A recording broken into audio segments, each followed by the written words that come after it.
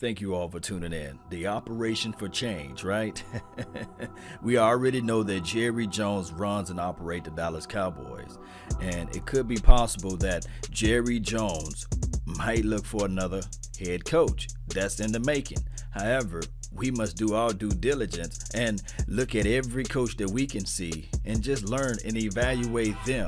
So in this particular overview, we'll be on Lincoln Riley. We're going to take a look at his system and his philosophy, and it's going to be like a quick interview from Joe Klatt. I want to say this. We're just going to think objectively, and hopefully maybe Jerry Jones will pull the trigger and pick up this guy or some other coach that's out there. I think Lincoln Riley is one of the best offensive coaches I've ever seen. He's doing things that are just next level with schematics, with matchups, with game plans. This guy is a master, man. When we talk about Lincoln and his college pedigree, he's a mastermind, draws up crazy plays out there, and it's all about passing and making this thing quarterback friendly. And that's what he brings to the table. Now, he's not all the way always just pass. People like to think that. He does like to set up for the run as well with the quarterback and also with the running back. So Lincoln, he's not just the old penny around the block, right? Hal Mumme is really the guy that started it, and had the courage to just do something so radically different. He hired Mike, and it grew from there. Hal gets the big job at Kentucky. Bob hires Mike here at Oklahoma to be the OC. Mike does well 1 year, gets the head coaching job at Texas Tech, and then, so many of us ended up on that staff. That really kind of started this kind of style of offense in this part of the country. Now, what he's talking about is the coaching tree. We've been saying for many of years that Jason Garrett, what tree does he really come from? Now, we can say that he comes from the quote-unquote Alabama Nick Saban's coaching tree, and you can say that he learned some philosophies as it relates to just maybe, Troy Aikman when he played with them, and Jimmy Johnson and those boys, Barry Switzer and all those things. However, if you look at the total sum, he wasn't under Nick Saban for long periods of time. So what I'm saying is that we already knew when Jason Garrett got the position, it was on the training position. It was like, hey, I'm going to try to learn as much as I can. and this is my thing. I believe of the old school way of earning your way. I think that what would benefit Jason Garrett if he would have at least stayed under that particular Nick Saban tree for maybe 5 or 6 years or 7, or even got his own team as it relates to college or what have you, and earn his grain of salt from there, learning how to do the small things. But what happened here is that we had a talented roster, because nobody can say that the roster wasn't talented when Jason Garrett got the helms. And what happened here is we had to go back and watch this man grow. And it's been 10 years. 10 years. But neither here nor there. Let's listen into some more of Lincoln Riley's offense. So it was about making the game easier for the quarterback. Very much. This is a four vertical concept, and this is, I think, one of the geniuses of this offense. You had a lot of base pass concepts that you did not care one bit about what the defense was doing. They're Didn't playing care about two-man up at the top, and they ended up bracketing the slot receiver down here to the bottom, and we ended up throwing a back shoulder fade into a coverage that you sit there and say, like, this shouldn't work. But our guys had done this so much.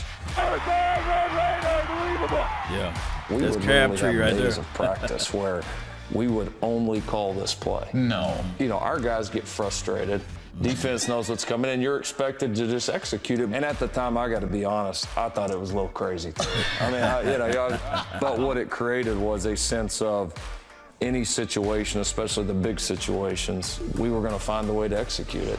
Now, when you're talking about finding a way to execute a planned or execute a well-drawn-out play, especially when you do something religiously over and over again, of course, you would think that you will be able to execute that plan. Now, my thing is, that is what Jason Garrett does a lot, right? Doing the exact same play religiously over and over again. But here's the difference between the two. This is not a bland or a watered down play. You can run the exact same play with different concepts. So that's what I love about Lincoln Riley's offense. Although it may look different, it's the exact same concept. And that's what we're trying to talk about. We're talking about different levels of concept. I've always had a core belief that you got to be able to run it. Yeah. And then as that grew, the play action, all the other things grew off of it, and that's how we've evolved. Let's rewind. Let's rewind to what he was saying. He said he had a core belief that we have to run the rock.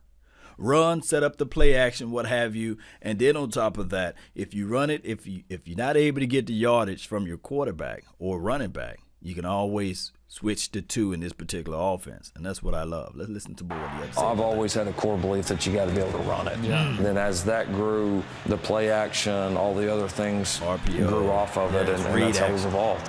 Yeah. You are now having loads of success with such different styles of quarterback. I heard a coach say this years ago, if your system is not a quarterback-friendly system, you need to find a new system. Now, this is a big thing for me. We always talk about what's the identity of the Dallas Cowboys? What type of system they are running? What can you pull from? What level of system that they are operating out of? Here's what I can say, Cowboy Nation. Lincoln got a system. We just saw the tree earlier. Do I have to go over the tree again? Just hit rewind. So there's a certain system that Lincoln Riley is working and operating out of. The Dallas Cowboys, there's no rhyme or reason. There's no understanding of what kind of system we are working out of. And that is what I'm trying to drive home to everybody. We don't have a certain system. And see, this system is transferable.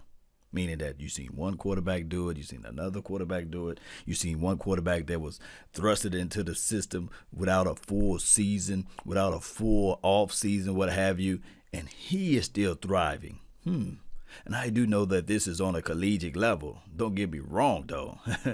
But however, when you look at this situation collectively, you can still say to yourself, his system is proven. System is proven. Because multiple coaches are able to utilize that particular system in their particular offense. Let's go. Baker could really process and handle a lot. Kyler, obviously, his athleticism. Yeah, and then Jalen, it's such a different scenario. I had each one of those other guys for multiple years. Right. This one will barely be a calendar year.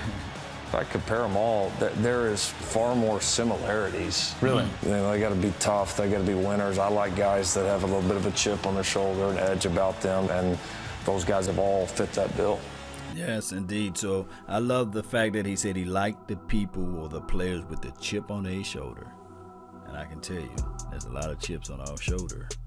We got to figure out how to make this thing work and operate, whether it be another coach next year, whether it be the exact same coach, Jason Garrett next year. We got to figure these things out. I want to know your thoughts. I want to know your opinions.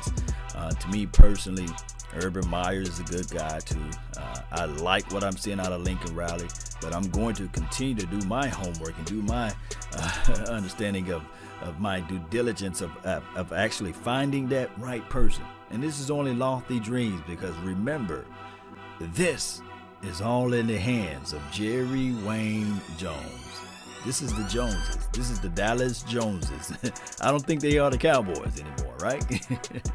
This team belongs to Jerry Jones. So I want to know your thoughts. I want to know your opinions. Post them down below. If you have a coach in mind, post him as well. And also, we can start talking about draft and these sorts of things as well. So post me that player that you would like for me to take a real good look at. That's been my time. I really thank you all for yours. Don't forget to hit that like button, share this content, let a friend, neighbor, foe know where to go when they want to tune in to Dallas Cowboys Sports Talk and beyond.